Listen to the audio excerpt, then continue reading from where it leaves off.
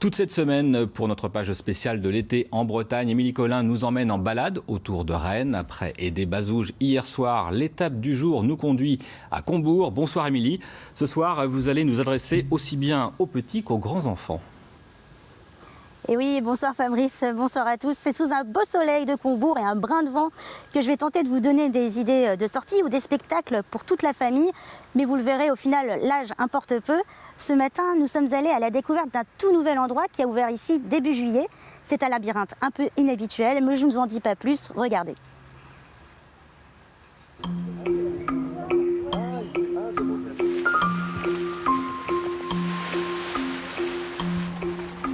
Un champ de maïs de 7 hectares devenu un labyrinthe. Entre les rangs, on se croise, on se recroise. Même nous, on ne sait plus trop. Ah, c'est bien. Des fois, on peut se perdre et qu'on retrouve son chemin au final. Et ou que des fois, on croit être à la sortie, au final, on est au début. À droite ou à gauche À droite. Ouais, à gauche.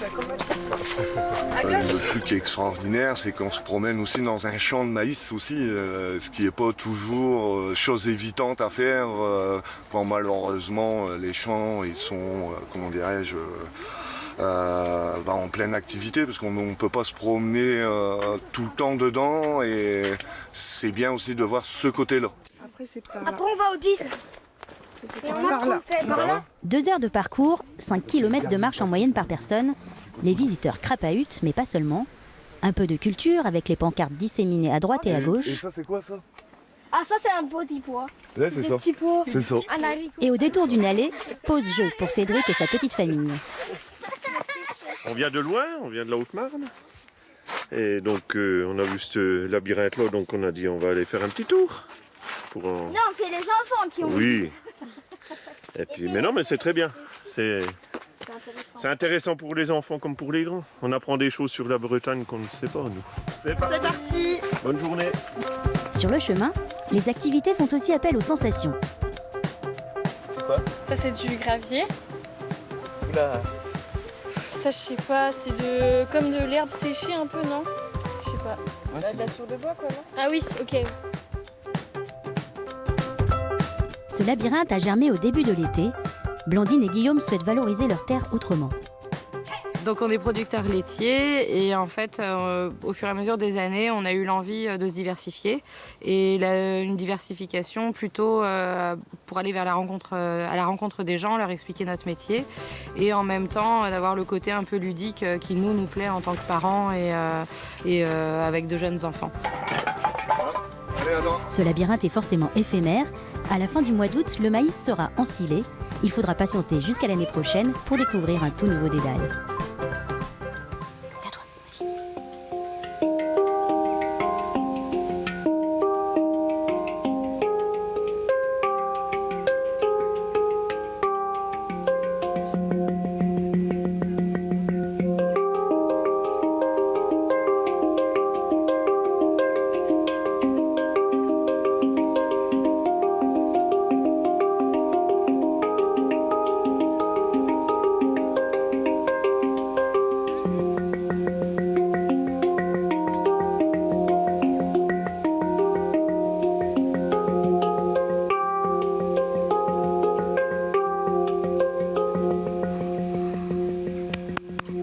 Merci beaucoup Mélodie, vous venez de jouer du hang, on va en parler plus en détail.